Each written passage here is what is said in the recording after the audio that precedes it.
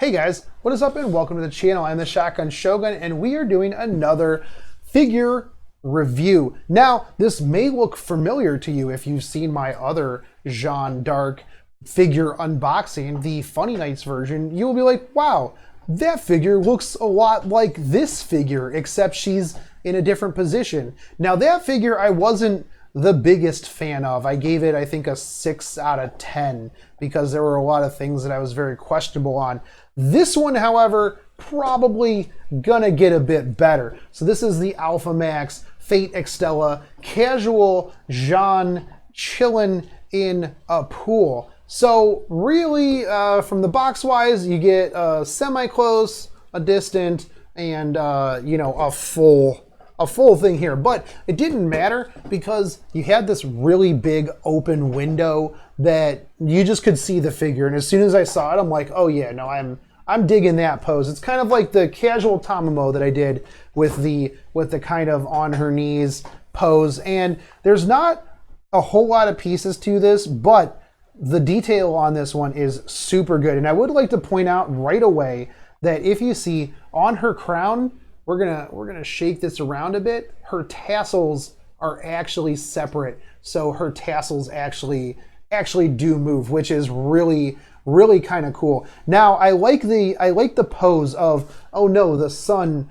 is in my eyes, and her hands aren't really weird raptor claws like they were on the other figure, which if you haven't seen that one, it will be linked down below. So make sure you go check that one out afterwards, because there's going to be a lot of references in this one to that figure, and you're going to want to make sure that you get those. But so first off, yeah, you will notice that she does have the same outfit. She's got the same pink jacket. She's got the same top.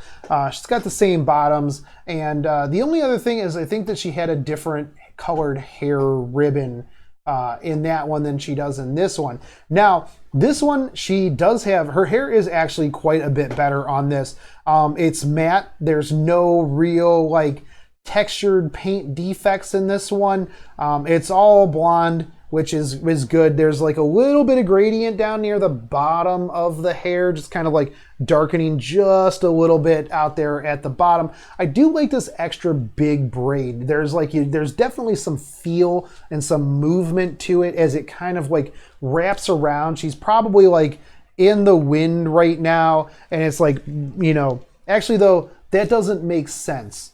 If the wind's this way, why is her hair going the complete opposite direction? I think she's holding her crown on her head as the wind blows in the back. Oh, okay. But still, why would you have it this way? Like, wouldn't you be holding it from over here? NANI? So now that me and camera guy Ryan have spent the last hour talking about the actual physics and the dynamics of this, we're still not sure why she is holding her crown one way and her hair is going another way.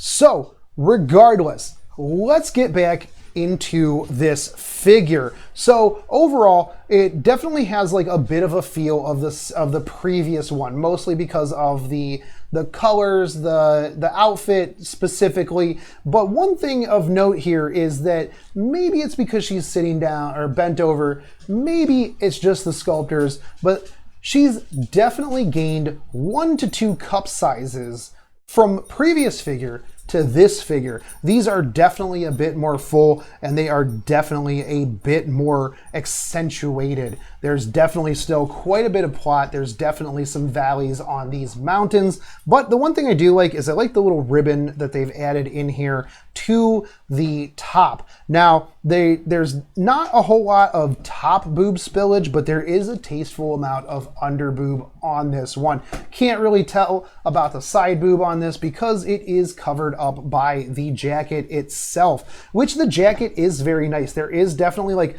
I like this hanging part of the jacket that's off of her arm that is up. It's very realistic. It feels like it is just a light jacket that is kind of hanging off of, you know, off of her shoulder. She has like a bit of clumpage up over here, and that's because it's got a hood that's back along the back of her outfit right here. So that's definitely a really cool aesthetic to it. And for those of you who like armpits, you can definitely see a little bit of armpit down there underneath the jacket. Also, you do see a little bit of collarbone here, which is always nice for those you know, who like that collarbone aesthetic. Now, she does have a very pronounced belly button down here, which is a little surprising. I think the last one didn't have as much of a pronounced belly button. So yeah, that's definitely nice. The sleeve, the feeling of movement, the action in the sleeves are very nice. There's I like the fact that on this one, they did add in the zipper as well as the hoodie ties,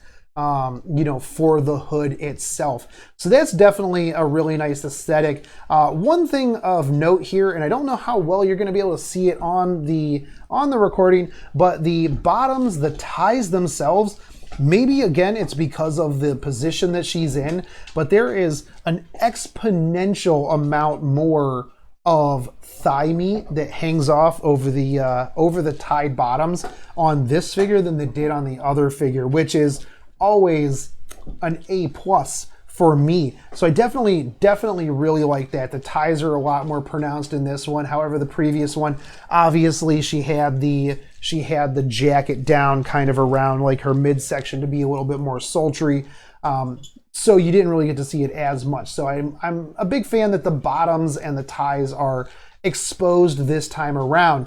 Now, there's not as much booty sculpting on the panties in this one as the last one and some of the other casual versions of figures that I have seen recently, but there's enough. There's definitely a little bit of booty spillage out off the side of these panties, and that's good enough for me. So, and I like that even though you are not gonna see her toenails like at all because they're gonna be on this base, they still took the time to give her a little bit of toenail polish on that. And even on the hands, there's like that nice little bit of fingernail polish on there as well. So overall, this one is definitely a lot better than the Funny Nights one by far. The silver sheen on the crown, the very metallic look itself, is a very nice distraction. Like, not a distraction, but like a distinct you know, color difference between the rest of the matte figure. So it definitely makes it feel like, oh, this is and could be metal. I do like these, you know, oops, I've fallen, you know, kind of deals. Maybe that's what it is, Ryan. Maybe she fell into the water and like she's getting splashed or something like that. Who knows?